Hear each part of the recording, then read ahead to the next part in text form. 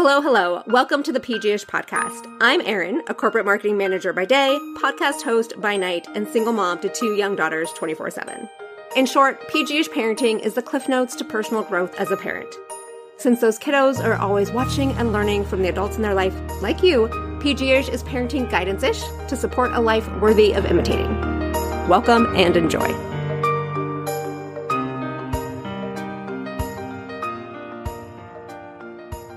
This season, I've created a gift guide for you that not only spreads joy, but also makes the holidays a little easier, healthier, and a whole lot more fun. Whether you're shopping for yourself or for your friends and family, I've picked out some gifts that will brighten your world and keep you healthy this wonderful, yet, sometimes chaotic time of year. Enjoy giving and receiving gifts that truly make a difference in your life. Head over to my website, pgishparenting.com, to check out the smorgasbord of goodies. But today on the docket, I'm very excited for you to tune into my conversation with Kailan Carr, author of Screens Away, Time to Play. Her mission is to prioritize play for kids and to reclaim their childhood with less screens, and of course, create more opportunities for creativity and imagination. Kailan is a concert-loving former teacher and founded Quiet Book Queen and Crafts to make it easy for caregivers to use screen-free activities to allow for more play in their day. Our conversation revolves around the idea that we as parents of the next generation have to prioritize play. And not only for our kiddos, but for ourselves. As we look up from our screens, look people in the eyes, and have one-on-one conversations, we give context to our kids for how to learn to connect, communicate, and problem solve. And honestly, I think you're going to like this one. Check it out. Well, Kailan, I'm so excited to have you on PG-ish today. And I know that you, like most moms, wear lots of hats and have worn lots of hats. So you were previously a teacher alongside being a mom, but you've written this amazing book, Screens Away, Time to Play. What was the impetus for that? I love using books to teach my kids on topics that are hard to just bring up, it's important to bring things up in daily conversation. And I'm a believer in that and just fitting things in when you can. But sometimes I want a starting point, and something to refer back to. So my kids were born at the time of the iPad, 11-year-old. It was really only 1 or 2 years old. And it was the newest, greatest thing. Yeah. And everybody loved it. And we had it over to the kids, but I started noticing things in my own kids, like how they would shut me out. They wouldn't respond to my questions. They would always ask for it when it was, away. It was all I could think about. And I'm like, yeah. I don't like this. I don't like where this is going. So I put it in a drawer and we stuck to screen time on the TV, and it was great. It worked they had screen time.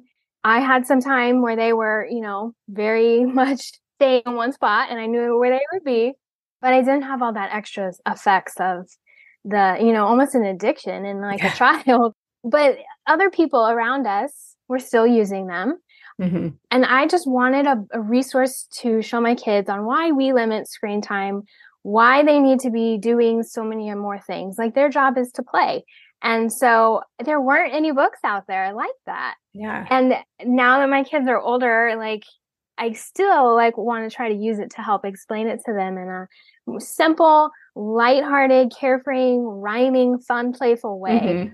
But it basically talks about how screen time is not evil. Screens are not bad, but there's so much more in life that you need to be doing. Right. And the importance of play and trying to touch on the effects on how screen times can make us feel if we have too much of it. And then it's basically a resource for parents and kids as an idea book. If they're I don't know what to do, there's so many ideas and things to kind of spark their play. Yeah, no, it's so important. For us that grew up without screens, it's really hard to even know where to start, right? And how to navigate it, especially with your kids. And to even encourage social connection, which we all know kind of tanked the last few years. Yeah. So I totally get it.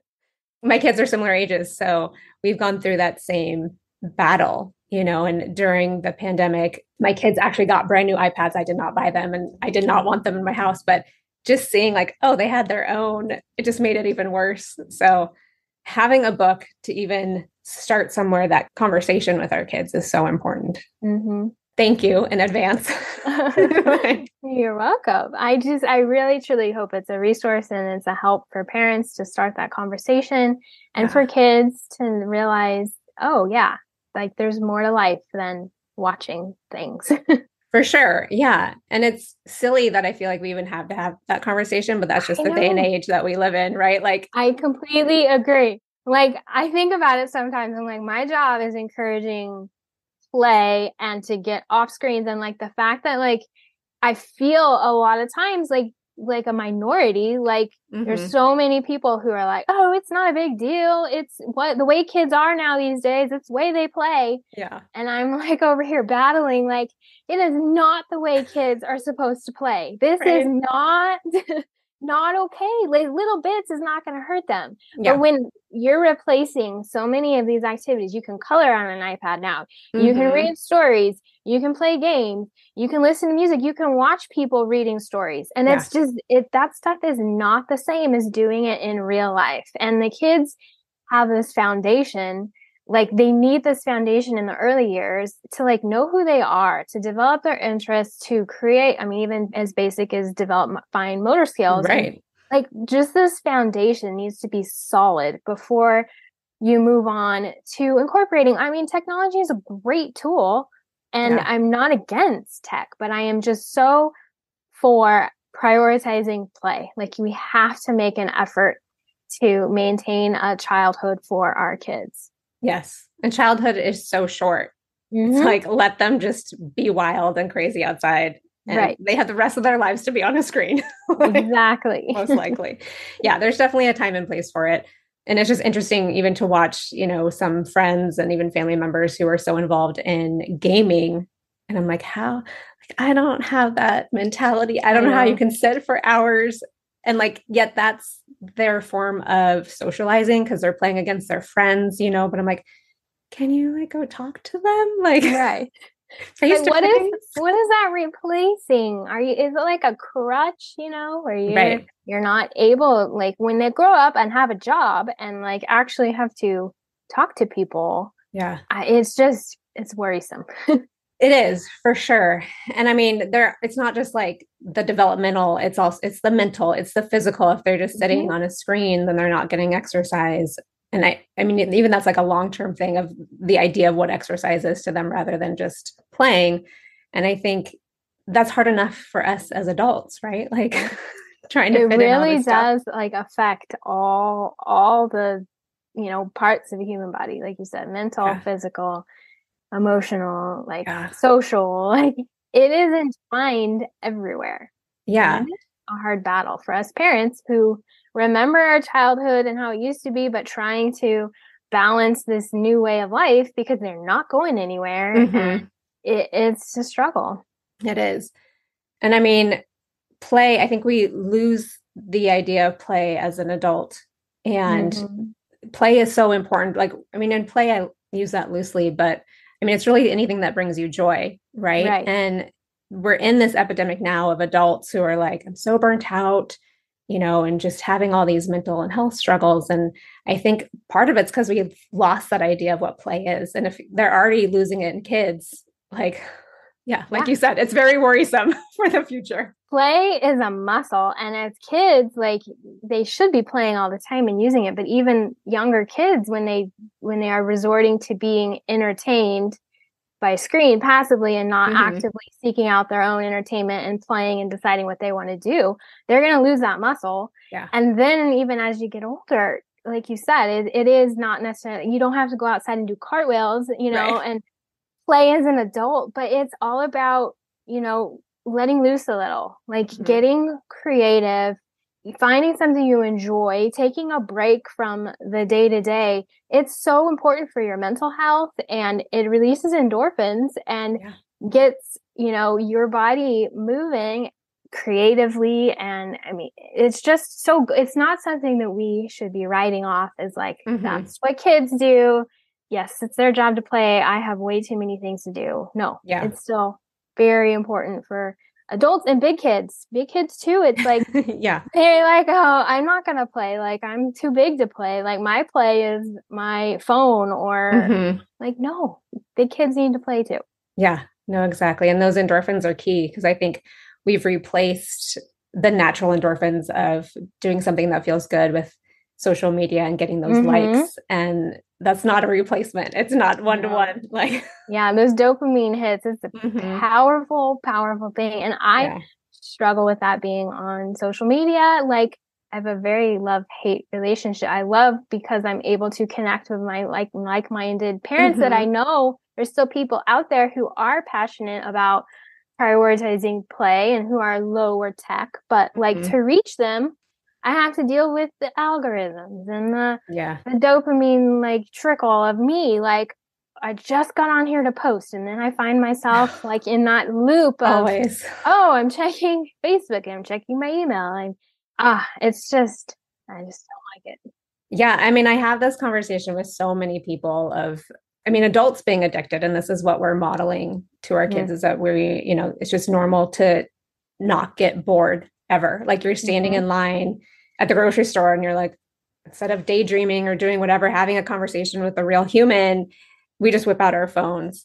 And I mean, it's just a huge distraction all around, but we have a more mature mind and our kids do not. So they don't understand like what the addiction is, let alone like we're replacing boredom with this addiction.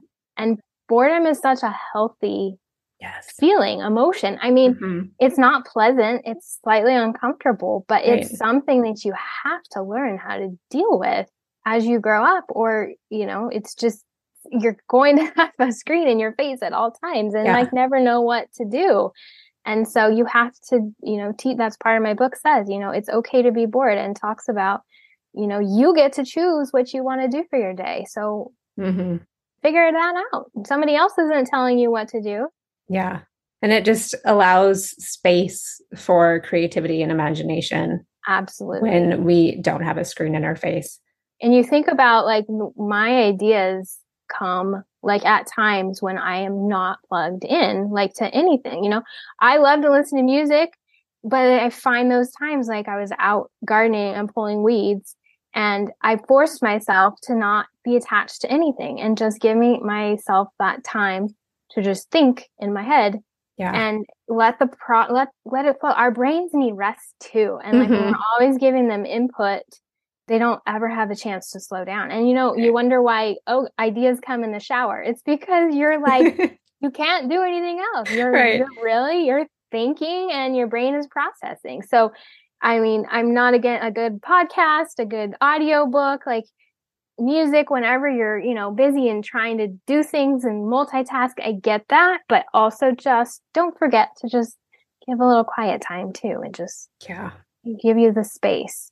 For sure. I know I constantly find myself, I love to walk, and we live right on a river trail, and like, hey, I'm going to go take my walk. But I find myself, like checking things. I'm like, this isn't downtime to check all the things. Like this is downtime to reset my mind and not look at a screen. And it's this constant struggle. It is a constant struggle. Like I know so much about this topic, and I am still struggling. And I'm like, I'll pick up my phone like the second I pull my car into the garage, and I'm like, it's just this habit. Like, why am I needing to do that? Why do I need to check the second I'm in a parked spot? And I'm like, it's constantly being mindful and checking yourself. And like, it's almost as exhausting as like, like managing your kids or just using the thing, because it's always this brain energy of like, no, don't do it. Like I have a hard time, like when I'll go off social media, I will take breaks and like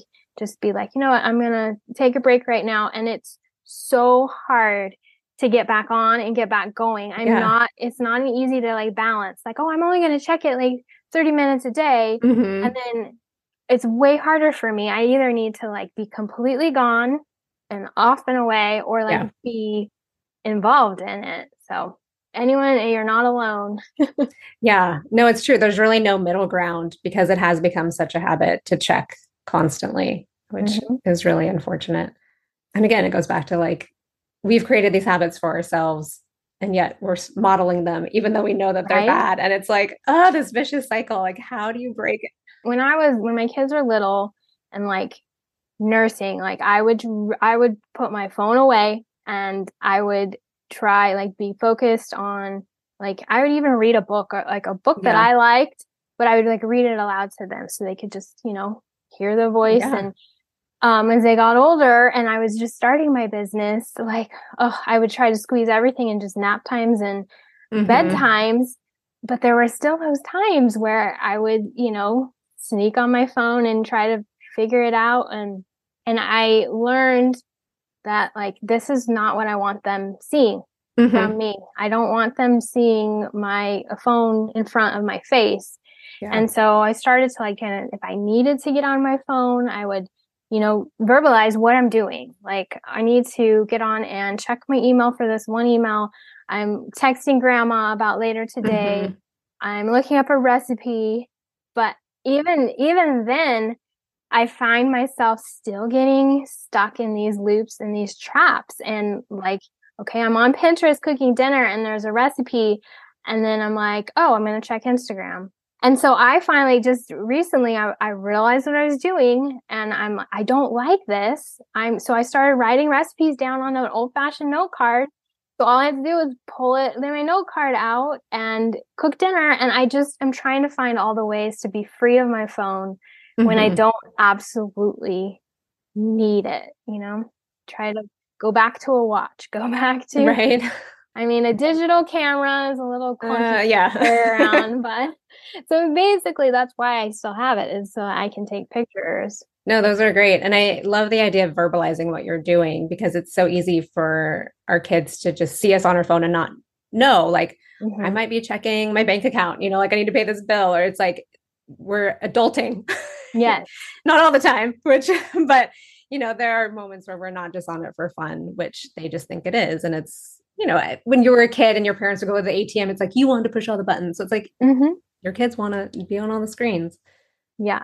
You did have this really great blog post that I read, and it was about what are we missing out when we're on our screens. And I really love that idea of kind of flipping the script of, if we're constantly on our screens, which most of us are, it's like we're missing out on creating the next Picasso or the next Taylor Swift. And it's like, yeah, we might be losing a lot. I mean, because we're not even giving kids the opportunity to try something new. It's like they're satisfied and we're satisfied as adults. Like, okay, they're content, they're entertained. Like we're not trying anything new. So if you're not trying, like, how are you going to know those new interests? Like, I mean, from anything, like from chefs to sports players, like you're not attempting anything, any new hobbies or anything, because you're just content living life on a screen. Yeah. And I mean, that's such a reflection of kind of the society we live in too, where it's us as adults are so busy that we are content just giving our kids a screen to keep them quiet. And I think it's just a wake up call to adults to be like, hey, maybe we don't have to take so much on. We don't have to have a bazillion tabs open in our brain, let alone on our screen, Right. And it's just a call to slow down and be present and to physically look up. I feel like this reminder to look up has been like on my mind a lot because you miss out on things. You miss out. Yeah. I completely agree. Yeah. But I think you briefly touched upon this before, though. It's like, again, another thing in our society is that I think a lot of parents think that they have to be directing every second of the day with their kids. And we don't. Right. It's parenting in the Pinterest age, in the social media age, where you're just getting fed. And that's another downside, is I feel like it's like a fire hose of all this information coming at me and drowning me. And it's all creative stuff I love. Yeah. It's like, oh, that's funny. Oh, that's a great idea. Oh, okay, I want to make this. And it's like so many things within just a 30-second scroll coming at you. Yeah. And it's just so much. Yeah, no, I mean, again, it's like, we don't know how to navigate this, and it is all good stuff. It's just too much stuff. Yes. Yeah. And I think it goes back to just allowing ourselves to be bored and back to play. We need that. So it's not just screens who are like getting that pressure of entertaining, it's also that pressure from Pinterest and social media of just having fun things for your kids to do and providing them with something every single day. Like, okay, wake up and here's this activity. And then after breakfast, we're going to do this. And then I want to set up the sensory bin. And it's just, I want to say, whoa, hold on. Like, do not fall to that societal expectation that is what a normal family's life looks like. Like, that's not what you should be doing as a parent or caregiver every single day. Maybe not even if you send them to preschool. Like, kids need the time and the space to play and learn and figure out what they want to do. And then well-meaning adults get in the way. So it's true. You can set up these things every once in a while. And my business is about the activities.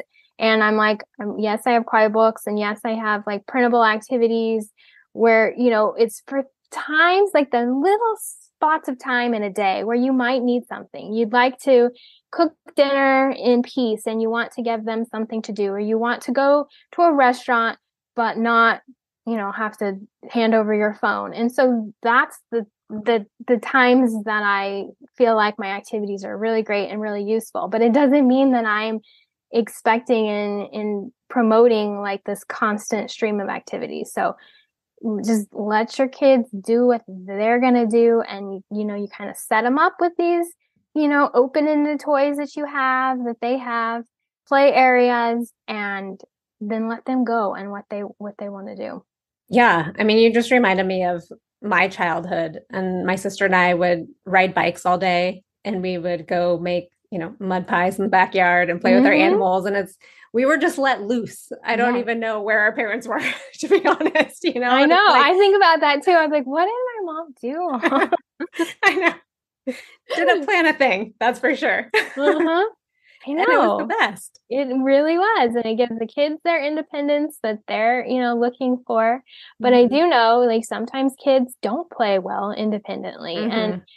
And it can be a struggle to get them kind of going on their own. So I would recommend filling their cup first. And, like, they want your attention most of all above anything. So do something together, that they want to do. You can start the play, you can read a book together, you can do something that you enjoy together. And then you're kind of can back away or say, okay, now your job is to play and continue doing this. And I'm going to go do my job. And I need to, unload the dishwasher, fold the laundry, send an email. Yeah. Yeah. No, that's good. I mean, even you think that after all these years at home with kids, I'd have more tools in my tool belt. But even now, I pick them up from school. I'm like, okay, mommy's got to go back to work. Like, see you later. And I'm like, I don't know what they do, and I check in with them for sure. And it is those moments that almost make it more special too. It's, my office is upstairs and I'll go back down, and it's, a little check-in, kiss on the cheek, or, a hug. And it's like, they know that I'm close. They know that they're safe, and they know that they can come talk to me at any time too. But see, you've set that up as in the early years. I say that it's an investment in the early years, in their future and in your future, because yes, it is more difficult to be the mom or the caregiver who's bringing all the activities, planning, making sure there's enough books and coloring. And, when you go out, it's like you have this like giant bag of things. Yeah. Or like walking them around the restaurant when they're upset, instead of just handing over a phone to keep them busy and occupied. Yeah. But now they know how to entertain themselves, and it's natural, and they're not craving that, that device because they don't know what to do with their time. Yeah. So it's totally an investment, and you just keep going because it's such a payoff. Yeah. No, and that autonomy is so important too, just across the board in life, to know that you know what to do with yourself and your body, and you don't need to rely on someone else. Yeah. It's a part like self-confidence too. Yeah, like, for sure. You get it. You're not unsure, you're confident. Yeah, no, for sure. What are your thoughts on screens at school, since that's the direction that everything's going? I'm fighting it. I have worked really hard, I would say, just within my school district.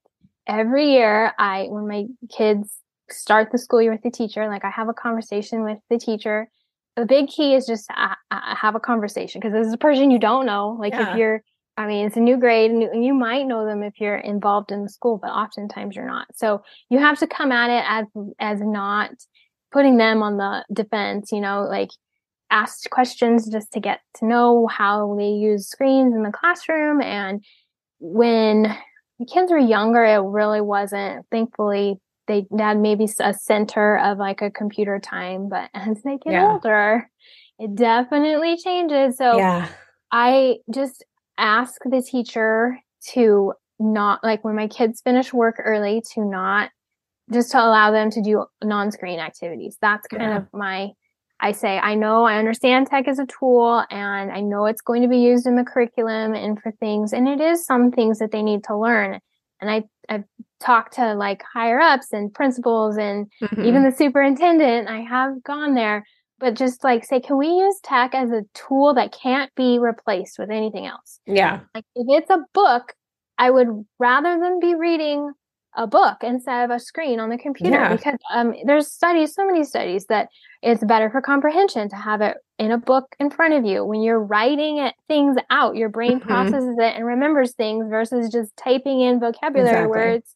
My kids are in 4th and 6th grade. So it has taken me quite a few years of just my subtle, like yearly notifications. But now I'm kind of known because I have gone to the district in a way of just like making them aware, especially after the pandemic. Like, we know that they had to be on screens and computers, and that was able to continue education. But now that's over with. We're back to school and how it needs to be the best thing for kids and how they learn. And so like, it's basically, I just don't care for like the games and just the tech for tech's sake, just for them to be on a computer. Plus it's really hard for a teacher to manage and all of those kids. Like, it's just, and then their behavior, like you're giving them these dopamine trickling activities, and then you just expect them to stop and then move on and focus on something different. And I have had a really hard time teaching. I was moving up and around all the time. Then I had toddlers and I was starting a business, but I was still mainly working in the pockets of time when they weren't around. And then the pandemic happened and the kids were still at home. And so just basically this like past year, I've opted more towards like online work, where I've been creating activities online and like writing books. You know, it's all like on a computer. And I have noticed my focus completely go down the hill. And I was like, I don't have ADHD. Like, this is such a new problem. Like, what is going on? And it kind of clicked, like, you've been staring at a computer like for 8 hours a day and you're not moving your body. And so I got a walking pad and I'm walking and it's helped me so much. And I'm just thinking, like, I'm a grown adult who had this whole foundation, and here we are at school having kids sit and be on computers for so long.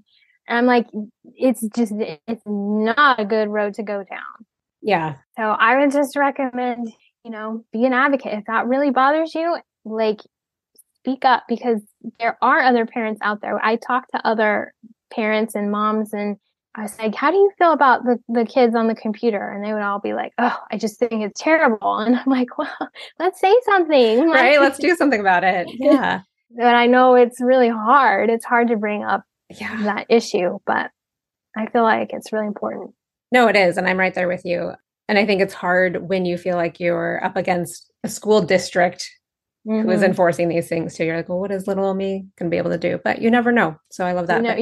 You're planting seeds. And I offer also to help, like, as much as I can. Like, I'm not expecting the teacher to like completely change things for, just my kid. But although it boggles my mind, I'm like, why can't a kid read a book when they're done with work? Like, why not do that instead of just saying, hey, everybody, you can get on the computer and finish, or whenever you finish. Yeah, so, or have like free play on the computer. As a former teacher, I'm like, I know what you could be doing.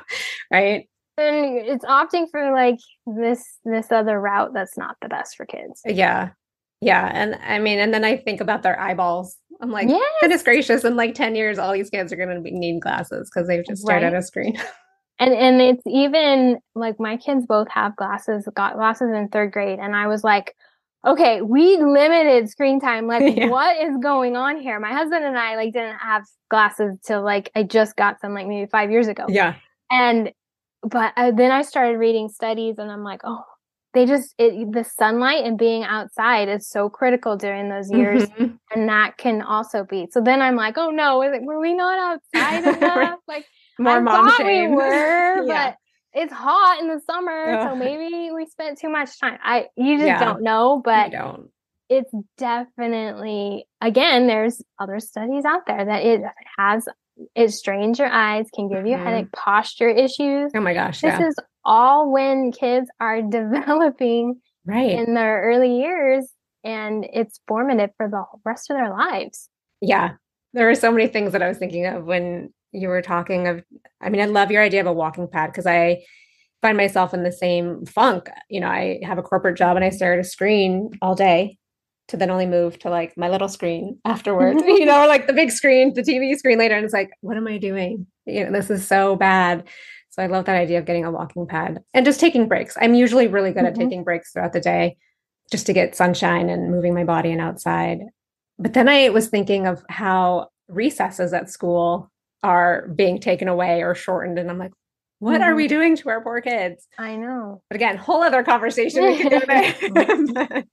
I mean, I know your kids are young and you probably are not getting them a phone anytime soon.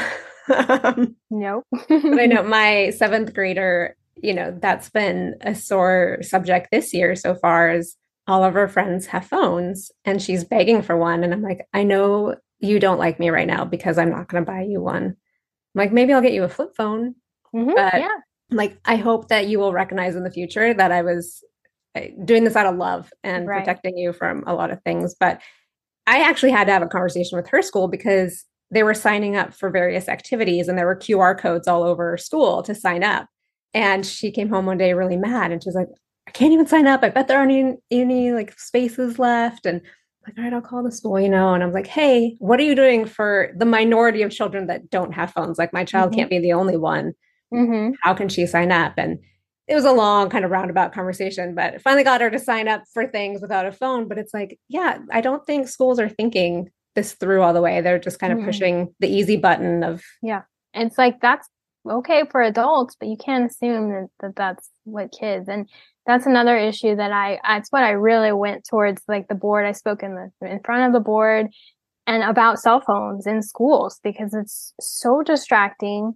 And then it's just this open avenue for bullying and like just the fear of like being recorded by anybody anytime, like for whatever mistake you might make. Like when we were in junior high, if we tripped and fell, or, you know, if there was some embarrassing thing, like it was embarrassing, but you moved on. But the fact that it could be recorded and then shared and it's so frightening. It is. And it's just, I talk to my kids and they know they're not getting phones anytime soon. Their friends have phones. My daughter's in 6th grade, so I know she's still at the elementary school. Next year, it's going to be more difficult when everybody does. But I just, you know, it's not necessary at this time. And for the friends that do have phones, like they'll text my phone. And so, and then she's like, oh, can I FaceTime so-and-so? I'm like, yes, you can use my phone. And of course, I said just call, but I know that's not. They don't know how to make phone calls. So interesting to watch. We still have a house line here. So good. Okay. I'm like, I'm not giving that up. I'm like, what if there's an emergency and the like cell phone lines all go down? I don't know. I'm just not ready to give that up. Right. So, no, that's great. And then talking, I don't know, the whole EMF radiation. Yeah. All that good stuff. I'm like, I don't really want that in my ear. I don't know for sure. I don't like being in experiments. And I'm like, I'm going to do everything to just, if it's not bothering me, like, why change it? Yeah, exactly. Well, what are your favorite non-screen activities or playtime go-tos? So playtime as an adult, I really enjoy concerts. And so I've been, since the pandemic and since kids, I was realizing I went to lots before kids and then realized that kind of slowed down. And in the pandemic, we weren't doing anything. So recently I've been going to lots of shows, like big shows. Like it has to be somebody I like, but like Yeah. I was able to get tickets for Taylor Swift, and Nice. I went to see the Jonas Brothers, and John Oh my Mayer's a gosh. favorite. So Yeah. I'm like, anybody that comes through, I'm like, okay, I'll go see them. Yeah. But just getting out in nature too, I really enjoy just like hiking, walks. I live in an area, it's very suburban, so it's not, I have to usually travel to get somewhere like really enjoyable that I want to be just immersed in nature. And reading, I am like a huge book. I got way into Fourth Wing. I saw that. I need to pick that one up. Oh, it was really good. And Okay. yeah, just I'm a big fan of books. Yeah, speaking of which, it was funny. The other night I went to the library to pick up a book that I borrowed, and I caught myself. I was tired. I'm like, I got this new book I really want to read, but it almost felt like too much mental energy. So I just was scrolling, like looking at my book. I'm like, this is ridiculous. Like, just go to bed at this point. Like, just put down everything. Like, what is the point? But yeah, I love books as well, and don't have enough time to read them. But I know that's me right now. I'm like, I'm being very unproductive because I can't put my book down currently. I love that feeling. Yeah. But it's such like there's nothing better than a good book you can't put down. Yeah. I love it. I know. Luckily, my kids love books, and sometimes I feel like I'm interrupting them. Like they'll take them in the car, but a song will come on that I want to turn up. I'm like, oh, am I interrupting your book time? Like. I know I'd struggle with that because my kids are always nose in a book too. And that's like our replacement was, always we turn to books instead of screens whenever. And it's like, okay, I'm like, I want to talk to you in the car. Like, and like they'll bring him to dinner and I'm like, no, okay. Right. This is like a phone, like it's stealing your attention. So even though it's a book, like we need to put it away. Be social, and I want to talk to you. So we still have those kinds of conversations, even though they're not on screen. Yeah. Well, this was really great to chat with you. Yeah, thanks for having me. So where can my audience find you? So on social media, I'm Kailan Carr, and on Instagram mostly. But also, if you want to get on my email list, if you don't want to be on social media, I totally get it. And I send out screen-free activities and ideas. You can go to my website, kailancarr.com, to find my books, and they're also available on Amazon. Awesome. Yeah, I can't wait to read your book. Thank you. If our conversation touched upon areas that you've been looking for support in, I encourage you to check out Kailan's website, kailancarr.com. Links can be found in the show notes to both our gift guide and everything Kailan offers. Thanks for joining us today. If you're enjoying PGish, find me on Instagram at PGish Parenting, and please subscribe and leave a comment or review on Apple Podcasts so that more parents can grow alongside their kiddos like you. See you next time, my friend.